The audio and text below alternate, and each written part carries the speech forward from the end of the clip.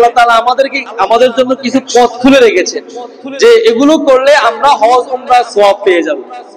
কয়েকটা আমল বলবো যেগুলো করলে আমরা কি পাবো? হজ এবং উমরা করার সওয়াব পেয়ে যাব। এক নম্বর আমল, প্রত্যেক ফরজ নামাজের পর 33 বার সুবহানাল্লাহ, 33 বার আলহামদুলিল্লাহ, 33 বার আল্লাহু আকবার পাঠ করলে আল্লাহ পাকের নবীর ভাষ্য অনুযায়ী সে হজ এবং উমরা করার সওয়াব পাবে। বুখারী শরীফের হাদিস 843, হাদিস নম্বর কত? 843। আন আবি হুরায়রা রাদিয়াল্লাহু তাআলা আনহু, আল্লাহর নবীর সাহাবী হযরত আবু হুরায়রা রাদিয়াল্লাহু তাআলা আনহু থেকে বর্ণিত হাদিস, قال جاء الفقراء إلى النبي صلى الله عليه وسلم فقالوا ذهب أهل الدثور من الأموال بالدرجات العلى والنعيم المقيم। দরিদ্র গরীব সাহাবীরা আল্লাহর নবীর কাছে এসে আরজ করলেন, ইয়া রাসূলুল্লাহ, ইয়া হাবিবাল্লাহ, ধনাত্মবান সাহাবীরা তারা যেরকম নামাজ পড়ে আমরাও নামাজ পড়ি, তারা যেরকম রোজা রাখে আমরাও তো সেরকম রোজা রাখি, ইউসাল্লুনা কামা নুসাল্লি ইয়াসুমুনা কামা নাসুমু, তারাও নামাজ পড়ে আমরাও নামাজ পড়ি, তারাও রোজা রাখি আমরাও রোজা রাখি। ও ফাজলুম মিনাল আমওয়াল, তবে তাদের অতিরিক্ত ধন সম্পদ রয়েছে, তারা ধনাঢ্য, দানবীর, দানশীল, তাদেরকে আল্লাহ তাআলা ধন সম্পদ দিয়েছেন, তাদের অতিরিক্ত রয়েছে ধন সম্পদ।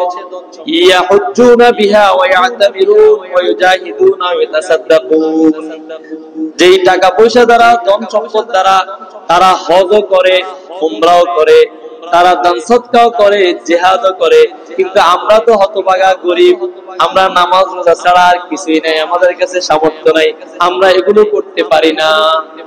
তাহলে তো তারা আমাদের চাইতে অগ্রগামী হয়ে গেছে। আল্লাহর নবীর কাছে গরীব সাহাবীরা আসি বলতেছে যে আমরাও নামাজ পড়ি তারাও নামাজ পড়ে, এই দিক থেকে তো উভয় সমান, কিন্তু তারা ধনী, ধনী হওয়ার কারণে তারা দান সদকা দেয়, তারা হজ করে, উমরা পালন করে, কিন্তু আমরা তো এগুলো করতে পারি না, তো তারা তো এই দিক দিয়ে আমাদের থেকে অগ্রগামী হয়ে গেছে। ফাকালা রাসূলুল্লাহ সাল্লাল্লাহু আলাইহি ওয়াসাল্লাম, তখন আল্লাহর নবী বললেন, আলা উহাদ্দিসুকুম ইন আখাসতুম আদরাকতুম মান সাবাকাকুম। আল্লাহ পাকের নবী বললেন, হে আমার গরীব সাহাবীরা, আমি কি তোমাদেরকে এমন একটি আমলের কথা বলবো না যে আমলটি করলে তোমরাও সেই অগ্রগামীদের পর্যায়ে পৌঁছে যাবে? আমি তোমাদেরকে কি একটা আমলের কথা বলবো না যে আমল করলে তোমরাও, যারা এই হজ উমরা করে, জিহাদ করে, দান সদকা করে, দান করে অনেক নেকি অর্জন করেছে, তোমরা এই আমল করে ওই পর্যায়ে পৌঁছে যাবে। ওয়ালাম ইউদরিকুম আহাদুম বা'দাকুম, এবং তোমাদের পরে কেউ ওই পর্যন্ত পৌঁছতে পারবে না, ইল্লা মান আমিলা বিল্লাহ, তবে তোমাদের মতো যদি কেউ এই আমলটা করে সেও এই পর্যায়ে পৌঁছে যাবে। তখন আল্লাহর নবী বলেন, তুসাব্বিহুনা ওয়া তাহমাদুনা ওয়া তুকাব্বিরুনা খালফা কুল্লি সালাতিন সালাতাও ওয়া সালাসিন। আল্লাহর নবী বলেন, তোমরা প্রত্যেক ফরজ নামাজের পরে 33 বার সুবহানাল্লাহ সুবহানাল্লাহ সুবহানাল্লাহ, 33 বার আলহামদুলিল্লাহ আলহামদুলিল্লাহ আলহামদুলিল্লাহ, 33 বার আল্লাহু আকবার আল্লাহু আকবার আল্লাহু আকবার পাঠ করবা, তাহলে তোমরাও সেই পরিমাণ সওয়াব পেয়ে যাইবা। আমাদের কাছে প্রসিদ্ধ যে একটি আমল, প্রত্যেক নামাজের পরে 33 বার সুবহানাল্লাহ, 33 বার আলহামদুলিল্লাহ আর 36 বার আল্লাহু আকবার, সেটাও হাদিস দ্বারা সাব্যস্ত, সেটার আলাদা ফজিলত। কথা কি বুঝতেছেন কি বলছি? হ্যাঁ। তাহলে এই এক নম্বর আমল, এটা করলে আমরা হজ এবং উমরার সওয়াব পেয়ে যাব। দুই নম্বর আমল, প্রতিদিন হজ এবং উমরার সওয়াব পেতে চাই কারা কারা? আপনি দেখান প্রতিদিন। তাহলে একটা আমলের কথা শুনুন। যে ব্যক্তি ফজরের নামাজ জামাতে আদায় করবে, করার পরে সূর্য ওঠা পর্যন্ত সে আর মসজিদ থেকে বের হয় নাই, অর্থাৎ হারাম সময়, নিষিদ্ধ সময় পর্যন্ত সে আর মসজিদ থেকে বের হয় নাই, সে মসজিদে বসে বসে আল্লাহ তাআলার জিকির আজকার করেছে, তেলাওয়াত করেছে, অর্থাৎ দুনিয়াবি কোনো কাজ কর্ম করে নাই, তারপরে সে 2 রাকাত নামাজ আদায় করলে আল্লাহ পাকের নবী বলেন সে হজ এবং উমরা করার সওয়াব পাবে। সুনানে তিরমিজি হাদিস নম্বর 525, সুনানে তিরমিজি হাদিস নম্বর 525। قال رسول الله صلى الله عليه وسلم من صلى الغداة في جماعة ثم قعد يذكر الله حتى تطلع الشمس, যে ব্যক্তি ফজরের নামাজ জামাতে আদায় করে মসজিদে বসে থাকবে, ইয়াজকুরুল্লাহ হাত্তা তাতলুয়া শামস, সূর্য উদিত হওয়া পর্যন্ত সে আল্লাহ তাআলার জিকির আজকারে লিপ্ত আছে, অর্থাৎ সুবহানাল্লাহ সুবহানাল্লাহ আলহামদুলিল্লাহ লা ইলাহা ইল্লাল্লাহ, অথবা তেলাওয়াত করলো, যে কোনো দ্বীনি কাজ করলো, দুনিয়াবি কাজ নয়। অতঃপর যখন সূর্য উদিত হয়ে গেল, সুম্মা সাল্লা রাকাতাইনে, তারপরে সে 2 রাকাত নামাজ আদায় করলো, কানাত লাহু কাজি হাজ্জাতিন ওয়া উমরাতিন, আল্লাহ পাকের নবী বলেন এই আমলটা তার জন্য হজ এবং উমরা করার সওয়াব দিবে। এই যে এই আমল, এটা করার কারণে সে হজ এবং উমরা করার সওয়াব, তাহলে 2টা পেয়ে গেলাম। 3 নম্বর পিতা মাতার খেদমত করলে হজ এবং উমরা করার সওয়াব পাওয়া যায়। বলেন কিসের কারণে?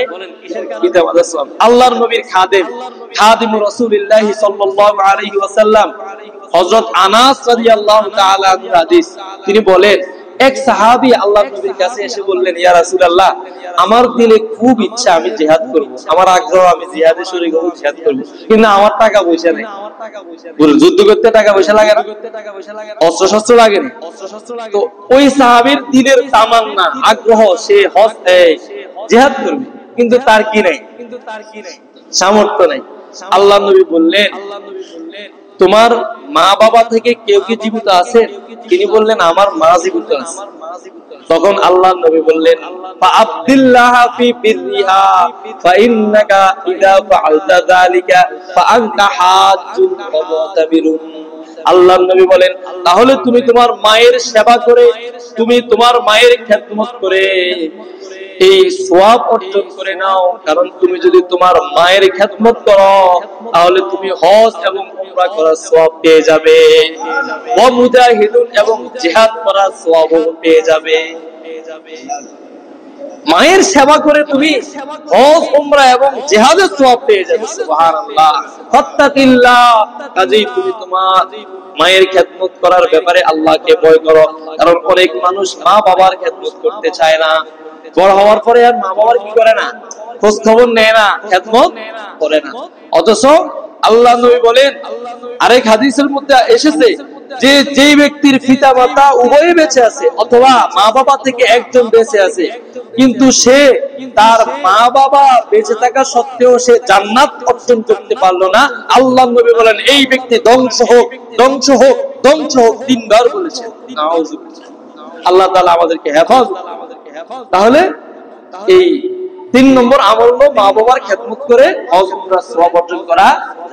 4 নম্বর হলো হাজী সাহেবদের খেদমত করে, তারা যারা হজে যাচ্ছে, উমরায় যাচ্ছে, তাদের একটু দেখাশোনা করা, জিনিসপত্রগুলো গোছাই দেওয়া, এগুলো করলেও আল্লাহ তাআলা আমাকেও কবুল করবেন। এই আরেকটা আমল বলে দিচ্ছি। তবে এই সমস্ত আরো অনেকগুলো আমল আছে, এখন সময় নাই। তবে এই সবগুলো আমল, এগুলো করলে আমরা হজ উমরা সওয়াব পাবো, তবে সরাসরি হজ উমরা করার মজা কি পাবো সেটা ভিন্ন বিষয়। এই কারণে যার উপর হজ ফরজ হয়েছে, যার উমরা করার সামর্থ্য আছে, সে যেন সরাসরি হজ এবং উমরা করে। আল্লাহ তাআলা আমাদের সবাইকে আল্লাহর ঘরকে 2 চোখ দ্বারা দেখার তৌফিক দান করেন, এবং আল্লাহর রাসূলের রওজায়ে আতহারকে সরাসরি সেখানে উপস্থিত হয়ে আসসালাতু ওয়াসসালামু আলাইকা ইয়া রাসূলুল্লাহ, আসসালাতু ওয়াসসালামু আলাইকা ইয়া হাবিবাল্লাহ সরাসরি বলার তৌফিক দান করেন। সবাই বলেন আমিন। যারা সুন্নাত পড়েন নাই, সাজাকে সুন্নাত পড়েন।